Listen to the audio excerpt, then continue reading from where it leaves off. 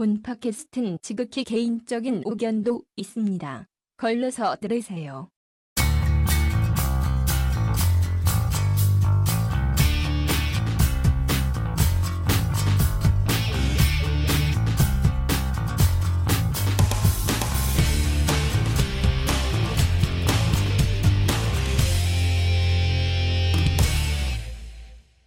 호국, 나라를 보호하고 지킴, 보훈, 공훈의 보답함.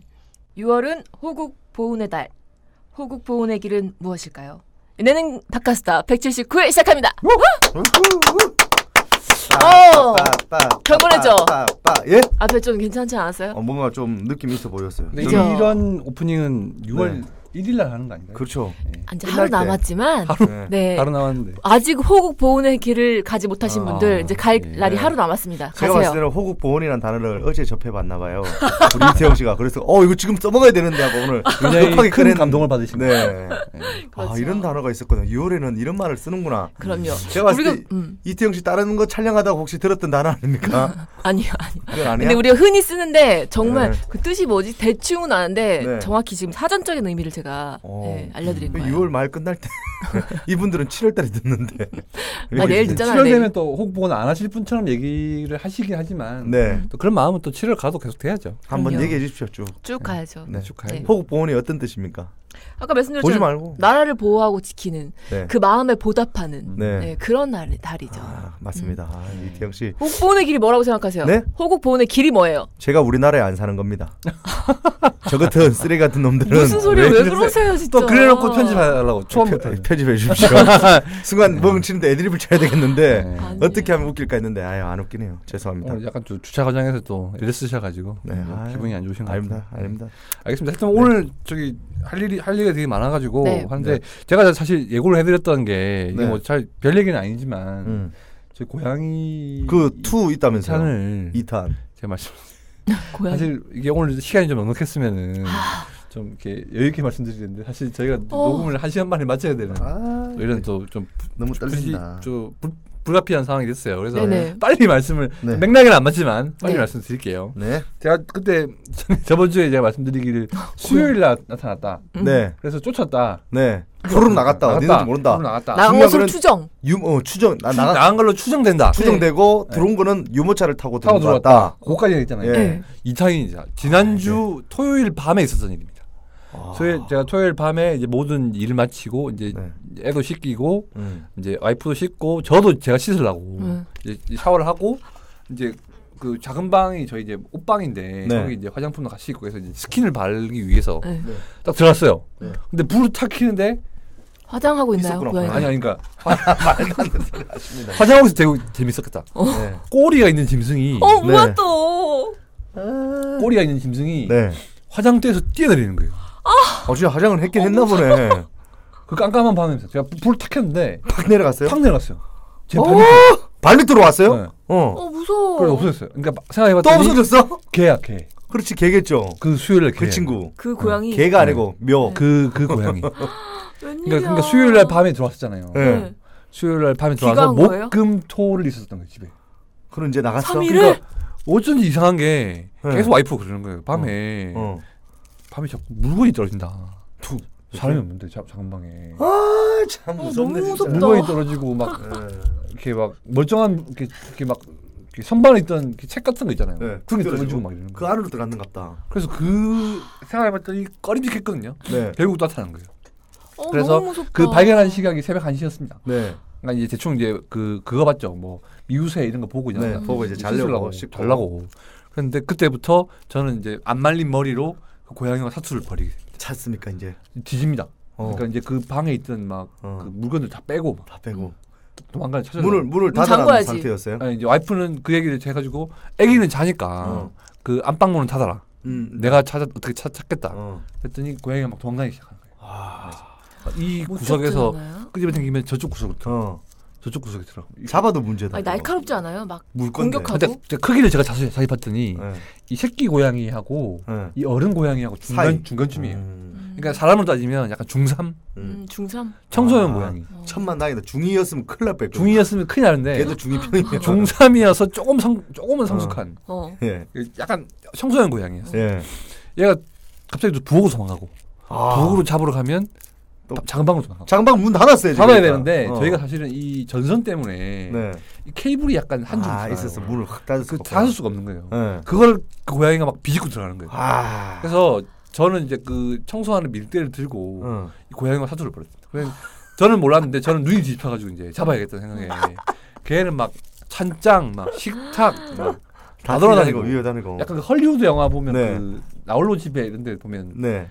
집안 개판되는 장면 네. 있잖아요. 근데 그럴 수밖에 고양이가 없는 개판을 게 만들어놨어요. 고양이가 앞에 있어. 응. 근데 뛰어가서 잡아야 되니까 안 잡으면 일단 뭐 개가 뛰다니면 어떻게 할 수가 없잖아. 고양이가 이렇게 찬장을 뛰어다니면서 그릇이 뭉칩니다. 하나씩 딱딱딱딱딱. 찬장에 있는 그릇이 와. 무너지고 다행히 깨진 건 없었어요. 네. 그래가지고 이제 도망가다가 이 고양이가 냉장고 밑에 이제 저희가 이제 전자레인지를 보관하는 선반이 있어요. 네. 3단 네네. 다이라고 하죠, 어떤 건지 다이. 알 것 같아요. 예. 거기 밑으로 들어갔다가 꼈어요. 드디어. 네. 꼈네. 그래서 제가 쿡 찌르니까 네. 야옹야옹만 하고 못 도망가더라고요. 아. 그래서 제가 이제 뭐 하지 됐다. 하다가 119를 아이한테 전화하라고 해가지고 119로. 그래서 구급대원분들이 오셨습니다. 아니 그 고양이 하나 때문에 네, 새벽 2시에. 그 화 기자님이 딱 잡고 빼면 되잖아요. 아니 근데 빼긴 빼는데 제가 이걸 들고 막 이렇게 내보낼 자신이 없더라고요. 아. 그러니까 할킬 수도 있고 네 맞아요. 집에 뭐 장갑 같은 것도 없고 고무장갑. 네. 고무장갑이 있긴 한데 그 이렇게 제일 막 아끼는 거라서 안 돼요. 제일 비싼 이렇게 거라서. 그 기모로 된 거라서 저희 아꼈어요. 아 진짜입니까? 기모 장갑이 아꼈어요. 그래서 세 분이 왔더라고요. 근데 잘하셨다고. 이런 거 전화하시는 게 제일 좋다고 이러면서 저한테 네. 그 집에 혹시나 길고양이나 이런 게 들어오시는 분들은 침입. 네. 몰아놓고 일단 전화를 하시는 게 제일 좋아요. 오. 네. 그래가지고 그 세 분이 막 한 분은 막 장갑을 안고. 두꺼운 끼고 이렇게 약간 방화 불 끌 때 쓰는 그런 장갑 있잖아요. 네. 그런 걸 들고 오시고 두 분은 이렇게 포획망을 그 저기 동물농장이나 나올 네, 법한 이렇게 잡는 거 확 잡는 거 잠자리채 같은 거. 동물농장이나 나올 법한 그 네. 포획망을 가져오시고 딱 그 고양이를 잡으니까 막 발버둥 치는 거예요. 그렇죠. 네, 막 달려붙고 그래가지고 겨우 잡혔어요. 공복이었을 거 아니야 고양이가. 네, 그러니까 사실. 수목금토를 못 얼마나- 먹었겠죠. 그러니까 얼마나 날카롭겠어요. 네, 날카롭죠. 그 예민하고 막 이러니까 제가 그래서 막 이빨을 드러내는 것도 봤거든요. 네, 그래서 네. 그 너무 위험하니까 그래가지고 이제 새벽 2시에 마무리가 됐습니다. 근데 문제는 이 고양이가 무서우니까 네. 도망다니면서 막 오줌을 싼 거예요. 온데다가 그렇지 우리 무서우니까. 식탁, 뭐 잔장, 아이고 저 방에 있는 저 코트, 그 옷방에 있는 코트들, 이불, 영역 표시한 거 아니에요? 네. 다. 털 다 날리고 하네 지금. 털도 큰일 있고 났네. 고양이 노린내야 아유, 오줌 냄새. 진짜 의아노. 그래서 그 다음 날 이제 원래는 와이프가 방역 놀러 가기로 한번. 했으나 네. 네. 일요일 날 대청소로 갑니다. 대청소로 처제처남 다 불러가지고 집을 이렇게 들었다 엎었죠.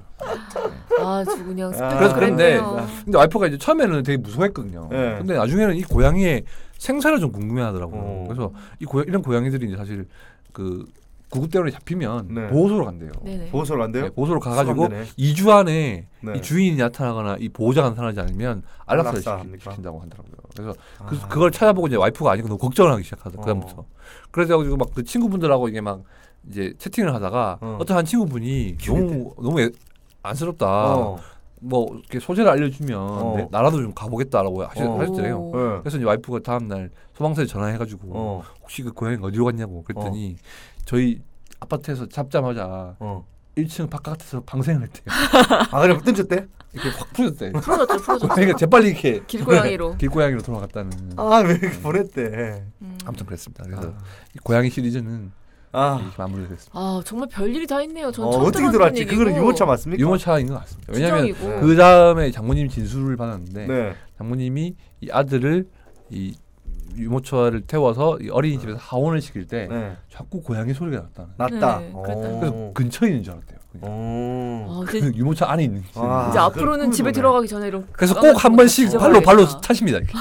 유모차 없나? 툭툭 아이, 가지고. 그게 또 트라우마로 남네. 그럴 것 같아요. 저는 그 고양이의 저한테 이빨을 드러내는 고양이 얼굴이 또 이렇게 그 냉장고 그 사이에 딱 저를 쳐다보면서 막 네. 위협을 했거든요. 끼어서 그쵸. 거짓말하고. 네, 걔 입장에서는 절대절명의 순간이에요. 목숨이 왔다 갔다 하는 순간이니까. 그러니까. 제 입장에서도 이제 아들이 있고 애기가 있으니까 네, 할게 없잖아요. 해코지를 할까봐 이 누구도 아빠 물러설 수 입장에서 없다.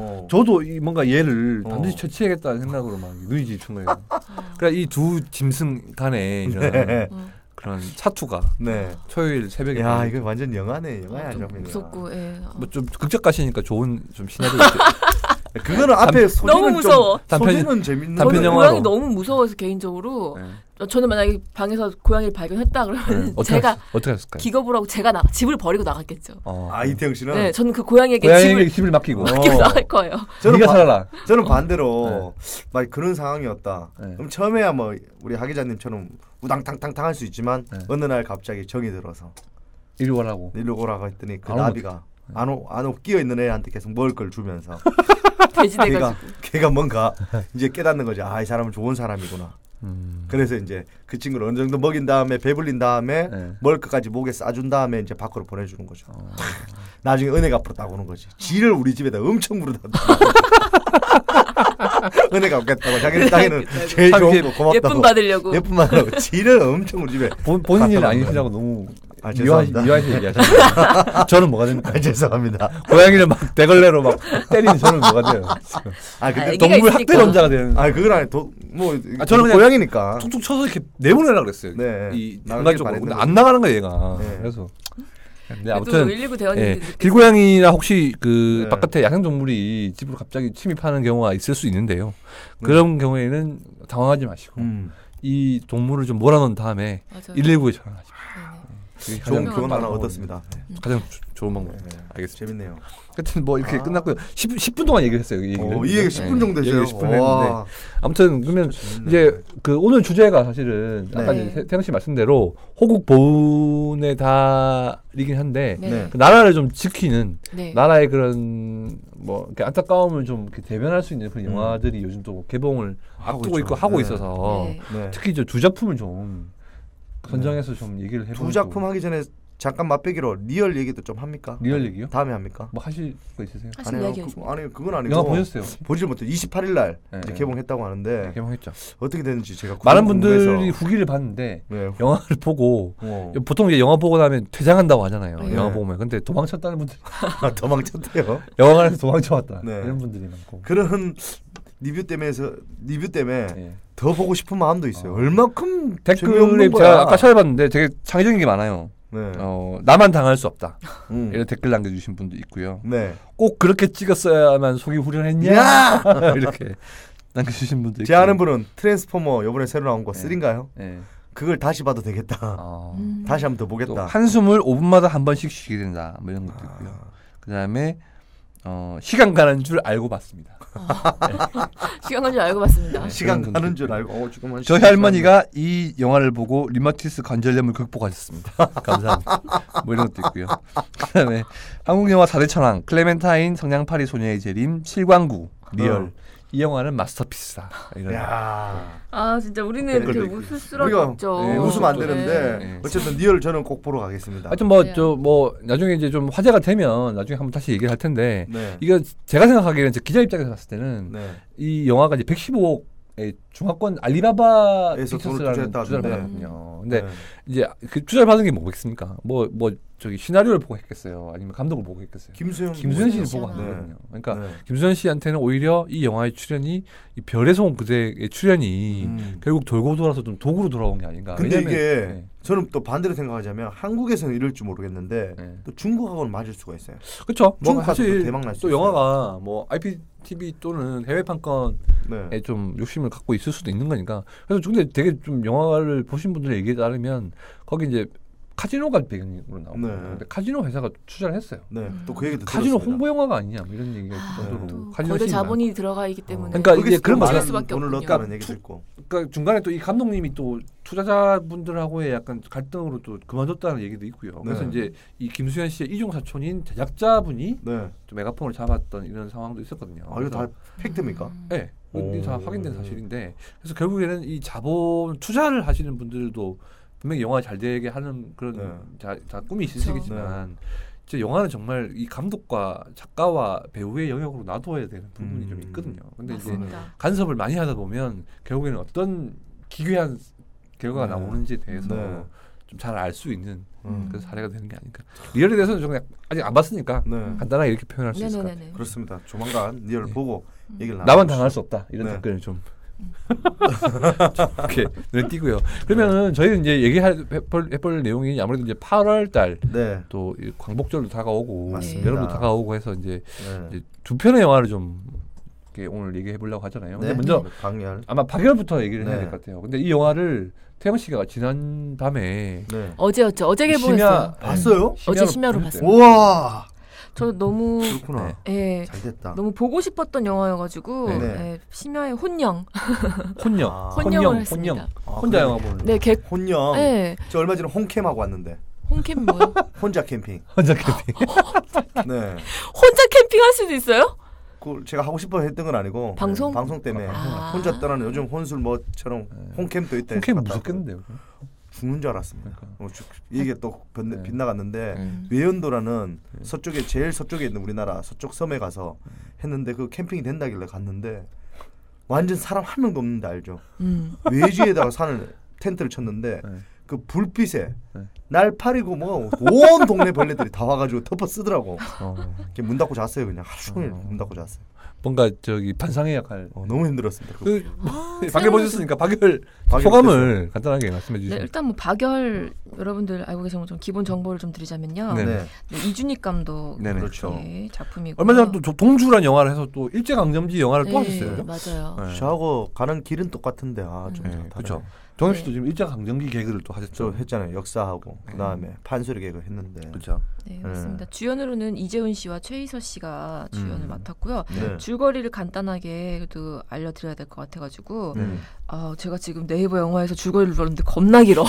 본인이 보신 걸로 그냥 정리해 주시면 안 돼요? 그냥 보고 생각나는 본인이 보셨으니까 정리해 주시면 안 돼요? 이게 제가 봤지만 이게 뭔가 역사적인 팩트를 기반으로 하기 때문에 영화 시작 초미에 나옵니다. 딱 처음에 이 영화는 실화를 바탕으로 철저한 고증에 의하여 만든 영화입니다. 철저한 고증이 이 영화의 핵심. 네, 철저한 고증이 이 영화의 핵심이며 여기 등장하는 인물들은 모두 실존 인물입니다.라고 딱 이렇게 문장을 딱 끼고 들어가니까 소름 돋는 게 원래는 영화는 허구잖아요. 그렇죠. 허구를 바탕으로 해야 되는데 보통 그렇게 써 있죠. 여기 등장하는 인물은 관계가 없음을 뭐 있더라도 우연임을 밝히는 바입니다라든지 실화를 바탕으로 재구성한 재구성이 가야 되는데 그렇게 돼 있는데 그걸 뒤집어서 철저한 고증 실존 인물이라고 아예 딱 못을 박아두고 시작을 하기 때문에 제가 지금 말하는 게 되게 조심스럽긴 해요. 여기 또 사실하고는 맞아야 되니까.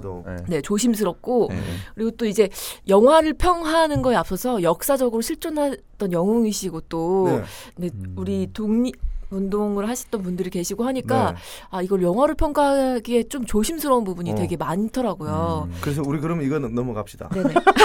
이건 잘못 건드렸다면 자꾸 넘어가요. 박열 선생님한테 우리 혼나요. 하지만 그래도 영화적인 저는 영화를 보고 완성도에 대해서 얘기할 수 있죠. 영화에 대해서 이야기를 좀 그 위주로 할게요. 제가 그 인물에 대해서는 잘 모르니까. 일단 1924년 관동 대지진이죠. 관동 대지진 이후에 퍼진 괴소문으로 6천 명의 무고한 조선인이 학살 사태가 일어납니다.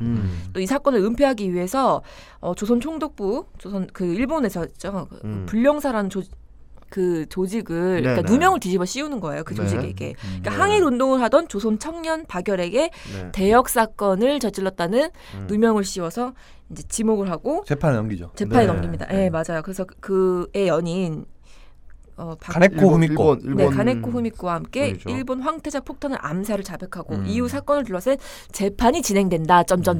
약간 이렇게 추격을 해볼 수 있는데요. 근데 이 박열 선생님의 가장 큰 특징은 그러니까 지금까지 우리가 알고 있는 많은 독립 운동하시는 분들이 있었지만 그런 분들은 되게 좀 신념이 넘치고 좀 굳건한 의지가 있고 그리고 뭔가 좀 약간 무겁은 이미지가 좀 있으셨다 그런 게 있다면 이 박열 선생은 굉장히 자유분방한 인물이었다고 해요. 굉장히 또 일본 사람들한테는 심지어 약간 불황자나 약간 불량인처럼 느껴질 정도로 굉장히 자기 감정 표현이라든지 뭐 하고 싶은 것들 하는 것에 있어서 거리낌이 없는 분이었다. 그래서 뭐 실제로 이제 영화에도 나오지만 재판에 될 때 뭐 이제 수감되고 막 구치소에 가잖아요. 네. 그럴 때도 자기 원하는 대로 해달라고 막 조선 옷을 입겠다. 오히려 일본 사람들 막 부리고 네. 막 약간 그래서 굉장히 좀 고칠거리였다. 일본 입장에서는 네. 그런 얘기도 있더라고요. 맞아요. 그 약간 캐릭터에 되게 매료가 됐다고 하더라고요. 네. 그 이준직 감독님이 그 20년 전에 벌써 이 박열이라는 그 아나키스트라는 영화를 준비하면서 이 박열 그 뭐라고 불러야 될까요? 의사님이라고 불러야 될까요? 어떻게 불러야 될까요? 선생이라고 박열 선생님, 박열 선생님의 굉장히 매력이 됐다. 특히나 그 요즘 그 시대를 막론하고 젊은이들이 가지고 있는 패기, 순수한 열정, 신념 이런 게 요즘을 사는 우리가 그때를 살았던 박열 선생님만큼 있는가? 네, 거기 그 점에 되게 아까 말씀하셨던 것처럼 자유분방하고 신념 넘치고 패기 넘치고. 근데 이분이 1902년생이잖아요. 네. 근데 재판을 넘길 때가 23년이에요. 그러니까 20살 조금 21살, 22살이거든요. 네, 거기 영화상에서 22살로. 네, 근데 그런 설정이. 요즘에 많이 22살인 분들이 이런 상황에 처한다면 이 박열 선생처럼 행동할 수 있는 분이 과연 몇 분이나 있을까 싶은 생각은 있어요. 맞습니다. 진짜 뭐 이 영화는 저는 안 봤기 때문에 네네. 어떻게 얘기를 할 수는 없지만 저는 사실 이게 한 몇 달 전에 박열이라는 영화가 있는데 좀 놀라운 게 사람 얼굴에다가 이렇게 이름을 박열 이렇게 써놨더라고. 포스터가 되게 강력하다. 강렬한 인상이 딱 들어서 제가 좀 찾아봤었거든요. 그래서 보다 보니까 우리 박열 선생님에 대해서도 좀 이렇게 검색해 보게 되고 일화를 좀 읽어보다 보니까 아 이게 흥미진진한 또 삶을 사셨다. 좀 극성이 있어요, 확실히. 네. 그렇죠. 그러니까 약간 뭐 윤봉길 의사나 이런 뭐 안창호 선생이나 이런 분들처럼 진짜 비장하게 계셨다면 어떻게 보면 그냥 안타까운 점도 있죠. 그죠? 거기서는 이제 실행에 옮기지도 못하고, 그러니까 좀 근데 중간에 보면은 답답한 부분이 되게 많아요. 그냥 가슴이 답답하고. 폭탄 뭐 던지지 못했죠. 네, 일단 뭐 근데 폭탄은 누명만 쓴 거예요. 쓴 거죠. 누명만 쓴 거죠. 근데 이게 실제 인물을 바탕으로 했잖아요. 네. 근데 이제 전에도 사도라든지 동주를 제작하셨잖아요. 그 그죠. 이준익 감독님이. 근데 확실히 이 영화는 달라요. 그 기존의 서사가 다르다고 할까요? 뭐 우리가 기존에 봤던, 제가 답답했던 이유가 뭘까를 생각해봤어요. 기존에 저희가 봤을 때는 그 이런 독립운동 영화라든지 일제 강점기를 다룬 영화라든지 그런 걸 보면은 약간은 이분법적 쉬운 구분이 있어요. 나쁜 선과 악이 분명하죠. 악행을 저지르고 그건 정말 역사적인 팩트이긴 하잖아요. 일본이 약간 악으로 묘사되고 그쵸. 우리나라가 선을 묘사되고. 네, 한국 사람들을 뭐 악과 선이라기보다 진짜 너무나 악행을 저지르고 우리는 마냥 당하고 억울하고 선량한 그 조선인들이 그런 이분법적인 것에 애국심이 불타오르고 어떤 누군가는 국뽕이라고도 하고 막 그런 이런 그 뭐죠, 서사에 우리가 익숙해져 있었다면 이 영화는 약간 뭐랄까 좀 멀찌감치 좀 떨어져 있는 느낌도 있고 네. 3인칭 관점에서 봅니까? 좀 뭔가 3인칭 관점까지는 아니죠. 근데 관찰자가 그 전과는 좀 다른 느낌이 있어요. 그래서 보면서 약간 답답했던 게 어떤 면에서는 그 저렇게 뭘 아주 너무 조심스럽네요 오늘. 네네. 그러니까 너무 저렇게 막 죄송한데 이태영 씨 잃을 게 있어서 그러시는 거예요. 뭐가 잃을 게 많아서. 아니 근데 답답한 거를 시원하게 얘기를 못 하겠는 거예요. 그 영화 때문에는 아니고 그냥 잘 몰라 얘기하기가 좀 표현하기가 좀 힘든 그럴 수도 있어요. 네. 네, 잘 몰라서 그런 걸 수도 있고. 네. 그런데 어쨌든 영화를 딱 보고 났을 때 느낌만 얘기해 주십시오. 그러면. 아니면 이재용 씨 연기를 좀 얘기해 주셔도 돼요. 일단 영화 보고 첫 번째 한국 영화임에도 불구하고 시대적인 상황이 그대로 반영이 돼 있기 때문에 배경 자체가 일본이기 때문에 일본 말을 많이 하고 배우들이 일본 말로 주로 합니다. 한 70%는 일본 말인 것 같고 그러니까 자막을 많이 봐야 되기 때문에 약간 필요하실 수 있지만 그지만 그 우리 한국 배우들이 일본 말을 정말 능숙하게 연기까지 완벽하게 하기 때문에 이재용 씨 너무 잘하고요. 그 여배우의 일본에 살았으니까 박열 선생은 옛날에요? 네, 일본에 사셨던 일본에 살았던 사람이기 때문에. 박열 선생이. 아니 이재용 씨가 근데 연기를 하려면 일본어 공부를 확실하게 했어야 되는 거예요. 해야 그러니까 결과물을 굉장히 압박을 받았대요. 본인의 연기를 이 박열 영화로 나눠서 그 전과 후로 나누겠다라는 이야기를 할 정도로 꾸면서 울고 막 이럴 정도로 거의 빙의돼서 살았던 것 같아요. 우리 말로 연기하기도 힘든데 그쵸? 일본 말로 그 느낌을 전달해야. 근데 거기 나오는 배우들이 전부 다 너무 연기도 잘해주시고요. 너무 그 언어에 대해서 저 사람들이 한국 사람이 일본 사람들이 할 정도로 너무 잘해주시기 때문에 그거에 대해서는 정말 거리감이 없이 보실 수 있고 네. 그리고 제가 아까 이야기했던 것처럼 기존의 이준익 감독님의 사도나 동주처럼 그런 서사가 아니라 약간은 객관적이면서 뭔가 그 독립운동에 초점을 뒀던 것보다 아까 말했던 박열이라는 그 젊은이의 신념과 그 캐릭터에 더 중점을 뒀다는 거. 네, 그거에 일단 포인트였던 것 같아요. 2015년에 개봉했던 암사라고는 또 어떻습니까? 다르죠. 암사는 많이 다르죠. 약간 오락 영화의 그런 게 그런 맞죠. 느낌입니까? 네, 그러니까 기본적인 설정 자체는 이제 일제 강점기, 그다음에 뭐 좀 그런 이제 일본에 뭔가 독립운동을 했던 구체적인 이제 이런 설정만을 갖고 그 안에 인물들은 다 거의 창조가 됐죠. 네, 그죠. 창조가 돼서 이제 기존 근데 하지만 이제 뭐 100% 창조는 아니지만 기존에 이런 분들을 좀 바탕으로 해서 좀 재구성한 그런 게 있다면 어떻게 보면 이게 박열의 영화는 거의 이제 다큐멘터리 같은 그죠? 기존에 다 있던 일들을 그냥 배우들이 다시 한 번 더 재현하는 수준의. 네, 그리고 약간 어떻게 보면은 예전에 저는 일본에서 저도 또 사람들이 쓴 줄거리 같은 거 평가나 리뷰 같은 거 같이 저만 그렇게 생각하는 걸 수도 있고 다른 사람들 어떻게 봤을까 재밌게 봤나 해가지고 찾아봤는데 그분들도 오히려 일본에서 측에서 그때도 자기네들 문민국이다 문명국가다 막 이런 식으로 내세우면서 어떤 정도의 그 변호사를 선임하겠다 뭐 이런 이야기도 하거든요. 그러니까 변호사 선임할 수 있는 게 가지고 그 공판을 하고 국제사회에 그 관심을 받으면서 거기에 외신에도 신경을 쓰고 하는 이 과정을 보면서 우리가 알았던 그렇게 일본 그 느낌이랑은 좀 다르더라. 어떻게 할래요? 그래서 이제 일본 쪽으로 넘어가시는 겁니까? 무슨 소리입니까? 근데 그렇지만 하는 게 돌아가시 그러세요. 거기 나오는 검사 역할이라든지 이런 사람들이 약간 그러니까 일본인과 이렇게 나누는 게 아니라 일본 민중 그리고 일본의 권력자 이건 분할을 합니다. 분배를 해서 우리는 일본 민중과 싸우는 게 아니다. 일본의 그 권력자와 싸우는 것이다라고 이야기를 대사로도 하고요. 이재훈 씨가. 네, 그리고 후미코 일단 뭐 그 식민지에 저항한다 이것보다는 약간 아나키스트적인 무정부주의자죠.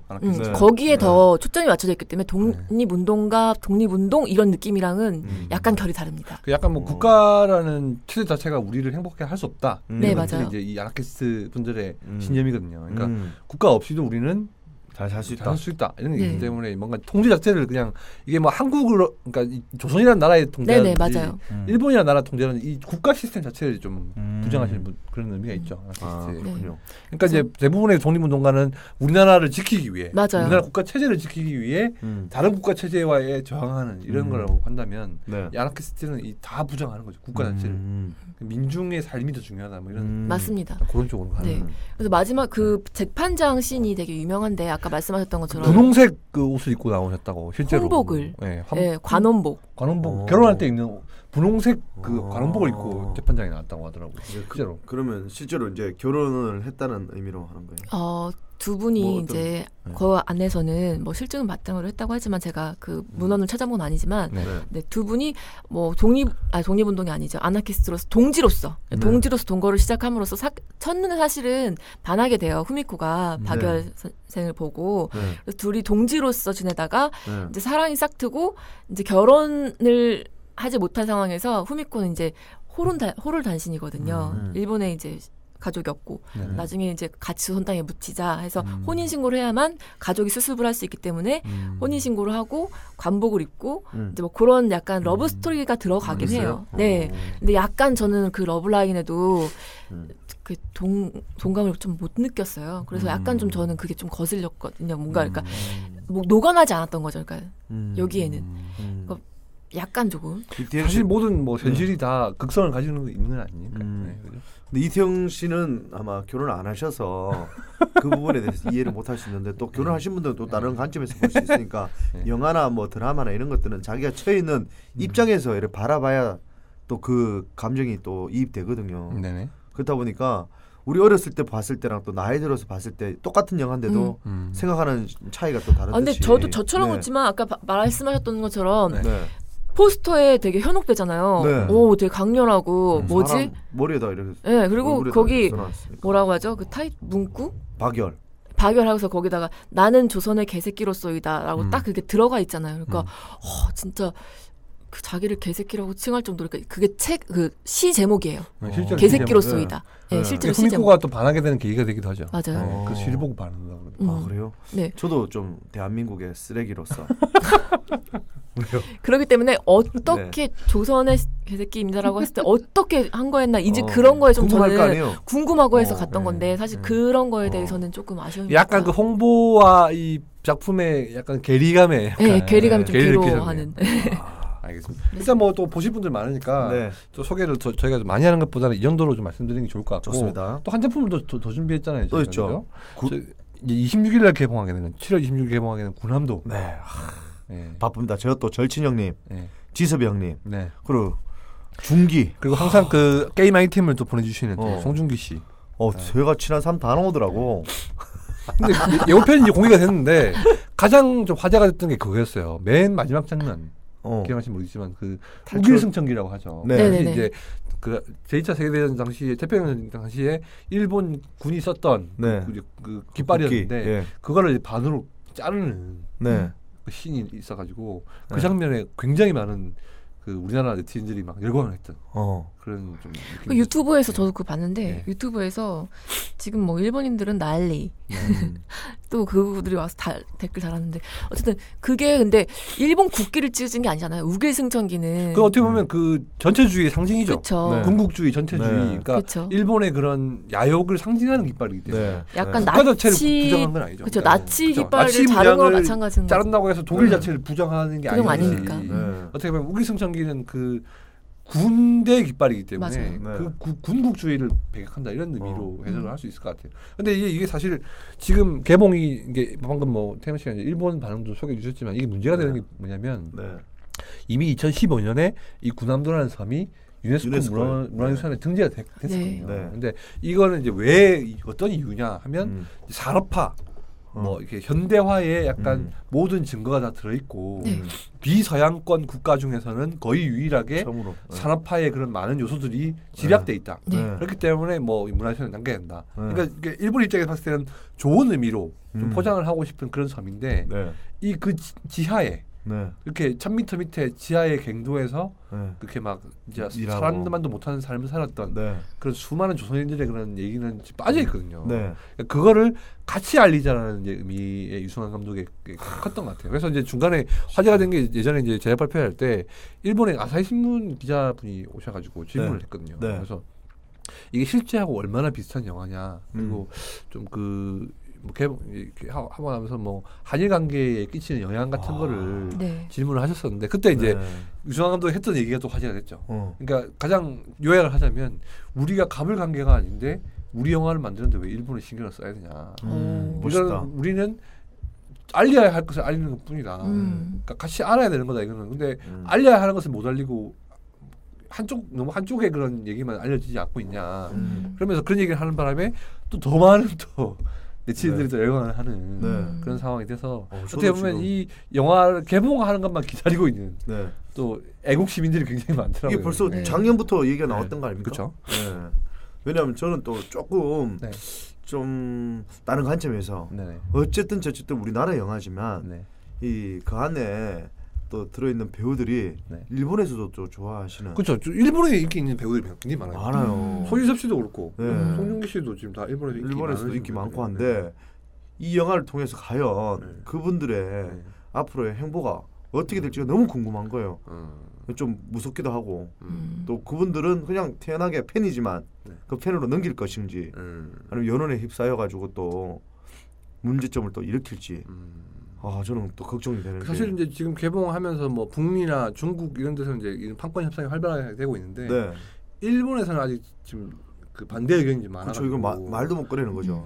뭐 수입이나 이런 거에 대해서는 아직 뭐 얘기가 없다는 얘기가 있었거든요. 그래서 우익 단체를 위주로 해서 지금 무자비한 뭐 거짓말 영화다 이렇게 얘기가 나오면서 지금 뭐 관람 거부라든지 수입 거부를 또 하자는 얘기가 좀 나오고 있는 상황이긴 한데 일단은 배우들은 제가 이제 뭐 지금 인터뷰를 나서거나 아직 뭐 공식적으로 나온 건 없어서 시사도 아직 안 했거든요.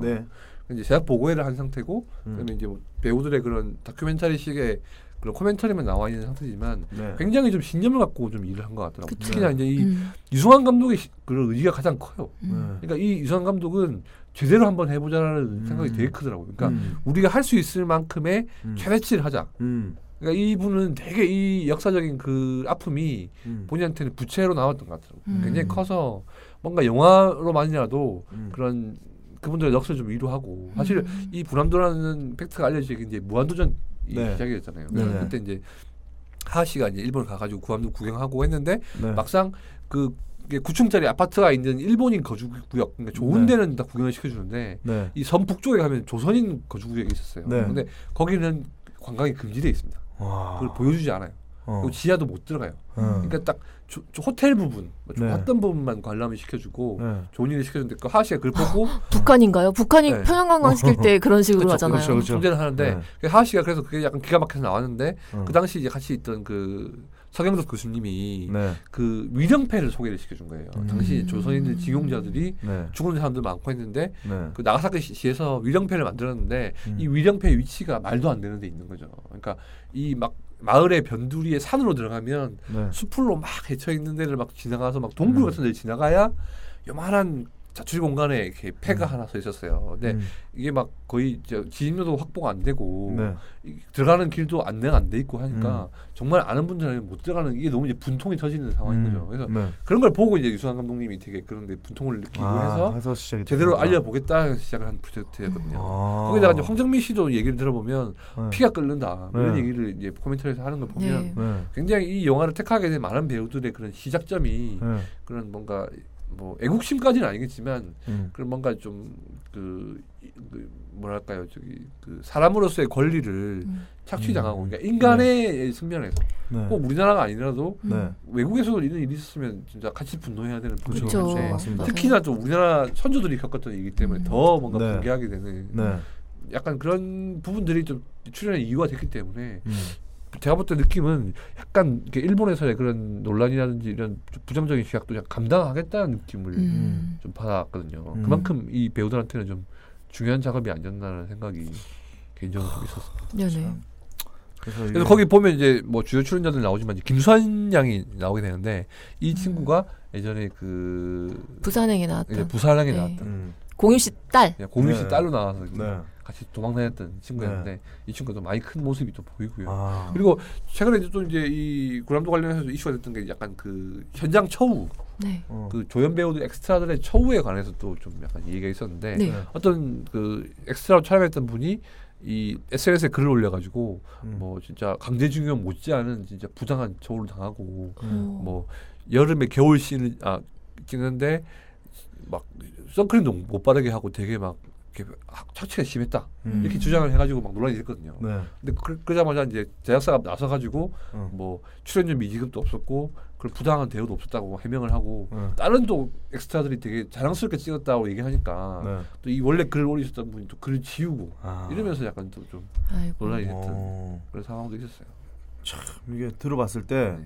어쨌든 영화 한 편을 만드는데 네. 뭐 어떤 허구 아닌 네. 실화를 바탕으로 이렇게 만드는 영화는 네. 진짜 저희도 지금 말하기가 되게 조심스럽지 않습니까? 그렇죠. 만드는 분들도 얼마나 그 역사적인 그럼요. 그 부담을 받았겠어요. 그 어. 압박, 그 역사적 사실의 무게가 그렇죠. 굉장했겠죠. 그 인물을 연기를 해야 되니까 지금. 그러니까 그거를 선택했던 그분들도 진짜 박수 쳐줘야 될 것 같고 그리고 일단 그걸 만들었던 어떤 네. 감독님들의 사고나 생각들도 높이 평가해야 될 것 같은데 네. 좀 문제점은 네. 이게 또 잘못 파생돼서 네네. 혹시 어떤 문제를 일으키거나 아니면 또 다른 시각으로 우리는 이런 쪽으로 생각하고 만들었는데 네네. 해석의 차이가 또 달라가지고 또 이게 좀 비하되거나 그렇죠. 그건 이제 그래야 개봉 될까 봐. 이후에 네. 박열도 이제 시작을 했으니까.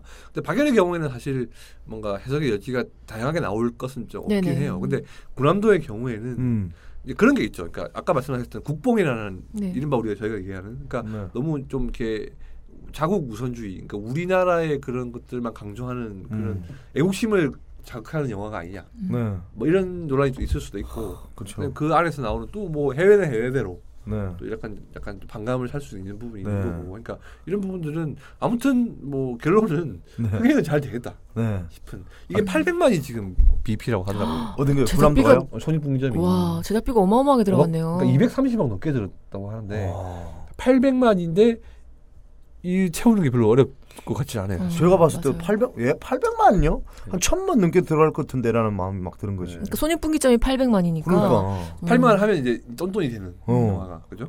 근데 아마 유승환 감독님이 지금 베테랑부터 시작해서 1000만을 계속 찍고 있기 때문에 아마 이번에 이 작품으로 대한민국 최고의 흥행작이 되지 않을까. 사실 이 7월 26일 개봉이라는 것도 상당히 의미심장하죠.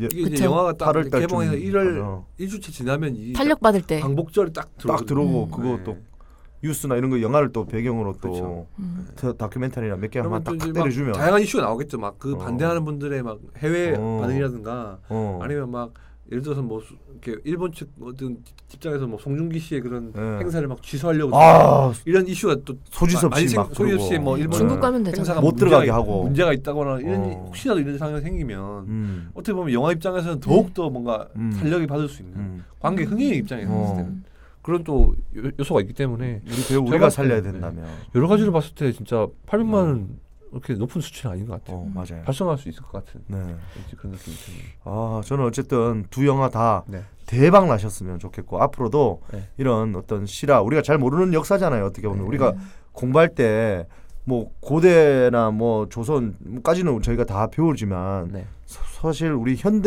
근현대사는 잘 안 배웠다. 그냥 건너뛴다고 생각해야 되나? 큰 의미 없이 그냥 뭐 몇 가지 일본이 우리에게 했던 뭐 조항이나 뭐 이런 뭐 그런 것들만 가르치잖아요. 네네. 우리가 알고 있는 우리 의병들이나 아니면 독립군들 많이 아는 분들 많이 없잖아요. 뭐 얘기해봤자 정말 대단하시지만 유관순 우리 의사님 그리고 뭐 윤봉길 의사님 뭐 몇 분 이렇게 하면 할 얘기가 없잖아요. 지금처럼 아까 박열이라는 이 선생님도 우리는 몰랐잖아요, 사실. 그렇죠. 영화가 아니면 또 발굴되기도 쉽지 않은 그런 분야. 그리고 암살에도 나왔던 몇 분들도 계셨지만 그분들은 또 월북하는 바람에 우리 교과서에서 빠져야 되는. 근데 월북한 거는 뭐 어떻게 보면 잘못됐다고 얘기할 수 있지만 독립운동한 거는 어쨌든 대한민국이 지금까지 있기 위해서 어쨌든 중요한 역할을 했던 분들은 가르치긴 가르쳐야 되는 것 같다는 생각이 듭니다. 맞아요. 처음에 저희가 얘기했잖아요. 호국 보훈의 길이 무엇이냐 얘기했잖아요. 진짜 저는 그게 잊지 않는 것. 네, 잊지 않는 게 저희가 할 수 있는 최고의 보훈의 길이라고 생각하고 아까 그 류승환 감독님 말씀하셨던 거 알려야 되는 걸 알려야 되는 것처럼 우리가 알아야 될 걸 또 알아야 되는 게 아닌가. 맞습니다. 그렇게 생각합니다. 무게감이 오늘 너무 무거워서 지금 말 실수를 엄청 많이 한 것 같고 우리 선생님 했던 부분 뭐 의사 뭐 어떤 이런 열사 이런 단어에 대해서 너무 이거 혹시라도 듣는 분들 너무 치중해서 그쪽에서만 얘기하지 마시고 저희가 문외하지만 그래도 나라 사랑하는 마음은 누구보다 크다는 걸 좀 알아주셨으면 고맙겠습니다. 사실 영화는 영화로 봐야 한다 뭐 이런 얘기들 많이 하잖아요. 근데 참 그런 상황이 참 쉽지 않은 게 이런 장르의 영화인 것 같긴 해요. 그러니까 실제 역사를 바탕으로 해서 이제 역사적으로 다양한 해석이 나올 수 있는 부분을 놓고 그걸 영화화하는 부분이 참 이렇게 만드는 사람 입장에서 그렇고 또 보는 분들 입장에서 그렇고 참 쉽지 않은 이런 선택의 연속인 부분이 있거든요. 특히나 또 우리나라의 경우에는 이 근대사가 참 불행한 경우가 많았었어요. 그러니까 이 거의 그 일제강점기부터 시작해서 조선 후기를 비롯해서 약간 좀 뭔가 좀 기뻤던 그런 역사일보다는 뭔가 좀 슬프고 민주화가 정착되는 과정까지도 그렇죠. 그 해방 이후에도 한국 전쟁이 있었고 한국 전쟁 이후에도 또 이제 이 또 민주화를 위해서 또 했던 여러 가지 일들이 많았었는데 불과 뭐 얼마 전까지만 해도 또 지금 시끄럽잖아요. 그렇죠. 그런 부분이 사실 또 지금 또 정부가 바뀌고 좀 더 이런 것들이 좀 또 본물처럼 되는 부분이 있는 것 같고 제가 알기로는 또 이 충무로에서 좀 더 그동안에 좀 금기시했던 소재들에 대해서 좀 접근을 하게 되는 다시 할 수 있는 또 시도가 좀 부쩍 늘고 있다고 해요. 시나리오적으로 봤을 때도 지금 아시겠지만 지난해 했던 국정농단 사태 같은 경우도 굉장히 영화로서 극성이 크거든요. 그러니까 이거 누가 먼저 하냐 이 싸움이 사실 지금 정부가 바뀌었기 때문에 이런 부분이 또 있는 거고 뭐 사실 위안부 관련 영화라든지 아니면 일반 영화라든지 그리고 또 8월달에 개봉하는 또 택시 운전사 이 경우에는 또 광주 민주화 항쟁을 또 다루고 있거든요. 그러니까 이런 작품들이 계속 이제 연이어 나오면서 뭐 이제 개봉을 하고 있는데 사실은 이제 지금 우리가 그 역사를 수용하는 입장에서 봤을 때는 분명히 이제 그런 영화를 보고 분개할 수도 있고 이제 화가 날 수도 있고 그런 거거든요. 근데 아마 그 영화를 연출하시는 분들이나 아니면 그 역사적 사실을 이제 알리시는 분들의 입장에서는 대중이 무턱대고 막 반감을 갖거나 화를 내는 걸 원하지는 않으실 거예요. 네. 제가 봤을 때는 좀 더 잘 알고 네. 정확하게 이 역사적 사실에 대해서 공과 과를 정확하게 알고 네. 앞으로 진짜 현실에서 이 상황을 네. 대했을 때 좀 더 냉정하고 침착하게 대응하기를 바라는 마음이 더 크실 것 같거든요. 그래서 군함도를 보시거나 박예를 보시는 분들에게도 뭐 분명히 이제 일제의 만행이라든지 이런 것에 대해서는 분명히 맞습니다. 뭐 화를 내고 분개해야겠지만 네. 지금 필요한 건 그게 아니잖아요, 사실. 좀 더 냉정하게 우리가 우리의 지금 뭐 현안도 있듯이 뭐 위안부 협상이라든가 이런 현실적인 문제가 있는데 이런 것들을 좀 더 냉정하게 잘 알고 정확하게 대응할 수 있도록 좀 애를 쓰는 것 같아요. 네. 이게 더 중요한 일이 아닙니까? 네. 다들 이제 영화 보고 다시 우리 근현대사 다시 공부합시다.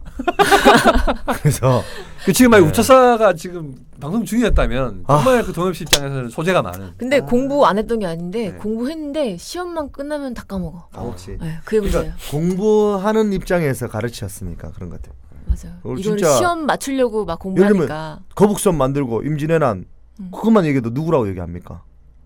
삐 이순신 우리 다 알잖아요. 이렇게 얘기하죠. 그런 식으로 네. 우리가 그거는 어릴 때부터 영화로도 보고 그분에 대한 드라마도 책으로도 나오죠. 나오고 맞아요. 드라마 나오니까 네. 그분에 대해서는 맞아요. 알고 있지만 그 조선시대 때도 당연히 대단하신 분들이지만 네. 근현대 우리가 지금 살아가는 우리 바로 앞에 네. 세대 분들이 어떻게 살았는지를 알아야 되는 거 아닌지 아버지를 알아야지 그 뒤에 또 조상도 다 하는 거지 뭐 조상만 챙기고 바로 앞에 있는 아버지한테 불효하는 것 같은 그런 생각이 좀 들더라고요.